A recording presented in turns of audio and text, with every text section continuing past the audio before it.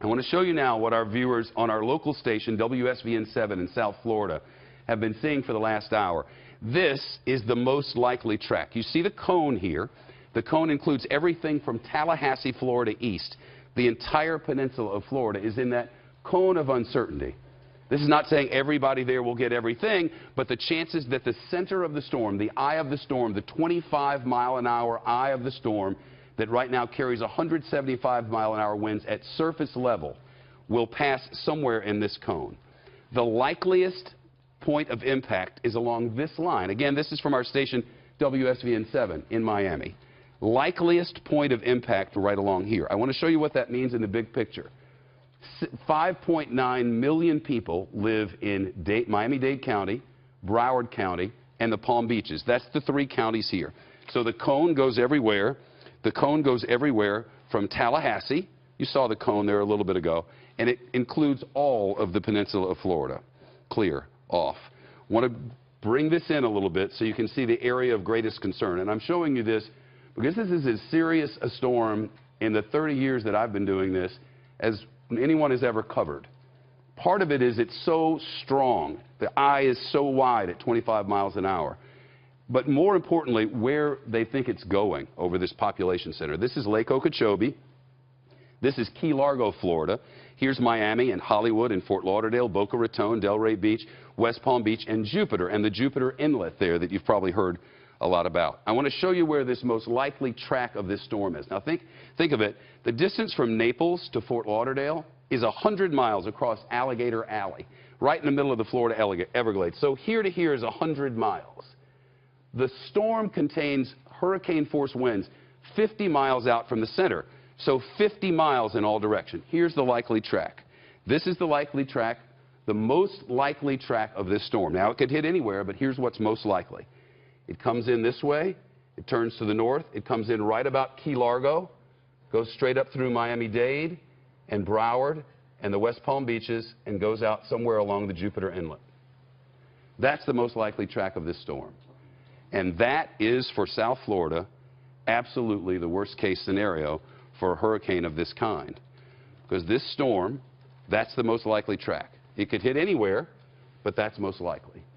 This brings 175-mile-an-hour winds at the surface, and 30 stories up in a condominium tower in a hotel, they're more like 200 miles an hour. There's no hurricane rating for buildings at 200 miles an hour, not 30 stories up. This brings a storm surge of 10 to 15 feet, which would cover all of this, all of it. All of this would be 10 to 15 feet underwater, all of it. And that's the reason why in zones 1 and 2 right now in South Florida, which is right along the coast from Key Largo all in through here, 1 and 2 has a mandatory evacuation now. Because if it happens the way they believe it's going to happen, if it happens the way it's being discussed right now in WSVN in South Florida, this will decimate South Florida. You got to hope it makes a turn to the east if you're in Florida, makes a turn to the east because the dry side of the storm is on this side. You hope that's what happens. But the most likely track is here. And if that happens, all of this is underwater. The windows are out at the top of those massive buildings all over Miami. The third tallest city in America. All the tops of those buildings. All of this is flooded. And everywhere the eye crosses, if the hurricane winds remain as they are now, 175 miles an hour, central pressure 922 millibars. Very strong. Down from 914 last night, but still very strong. The strongest storm of its kind to stay this strong for this length of time ever recorded. 185 miles an hour for 37 hours. That had never happened in the history of meteorology. Not recorded in the United States or anywhere on Earth. So if this happens, this is devastated. And that's why everyone who's been told they have a mandatory evacuation order, if your governor or your mayor or your emergency managers have said you're in a mandatory evacuation order with this storm on this day at this time, you have to evacuate, Rick. You have to, right? Yeah, so first of all, since the 60s, since we've had the satellite era, and I will tell you, generally the stronger storms that we see like this are in the West Pacific, those storms that hit the Philippines, Taiwan, Taiwan, those kinds of storms. This storm has looked a lot like that, and you're right, at 185 miles an hour, it's the longest duration of that we've ever seen in the satellite era. So the longest we've ever seen a Cat 5 is 3 days, and we're at almost 2 days right now. So, and I think there's a good chance we're going to see that. I tell you, the Turks and Caicos in the short term are about to get pummeled from this storm with a Cat 5. Probably a 15 to 20 foot storm surge going over those islands. A lot of those islands are not that tall. That means a lot of those islands getting a complete washover. In the short term, say the next 2 days, it continues to pull off towards the west-northwest before it makes that right-hand jog. I will tell you this also, the waters are really warm. Hurricane warnings here everywhere in the south. We have about 16 million people here. We had a Cat 4 make landfall with Harvey. Obviously, all of the oxygen got sucked up from that storm because of the flooding in the Houston area. But the Cat 4 part of that storm didn't get a ton of attention because of that Houston part.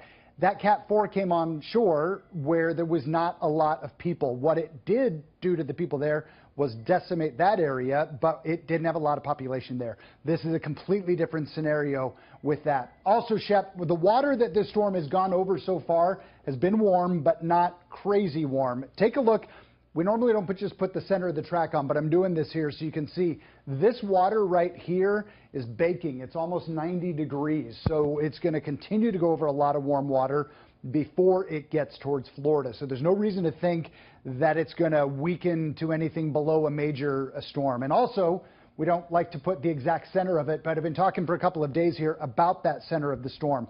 And we can't tell you within 20 or 30 miles one direction which way this is going to go. Our models are still showing that hard right turn.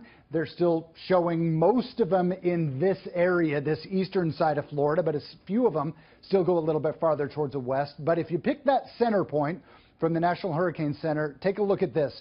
The worst side is the right side. This is the current forecast, just to the east of Miami. So you'd get certainly a lot of storm surge into Miami in that South Beach area, but maybe the worst of it is up here between there and, say, West Palm. If it goes a little bit offshore, it never loses its moisture source, and it's a much worse scenario for Georgia or South Carolina, whichever area it gets. But fluctuations in here are going to happen. We probably won't know really until we see that turn happen on Saturday exactly where this is going to go. That means all of these 16 million people here need to make their plans to get out.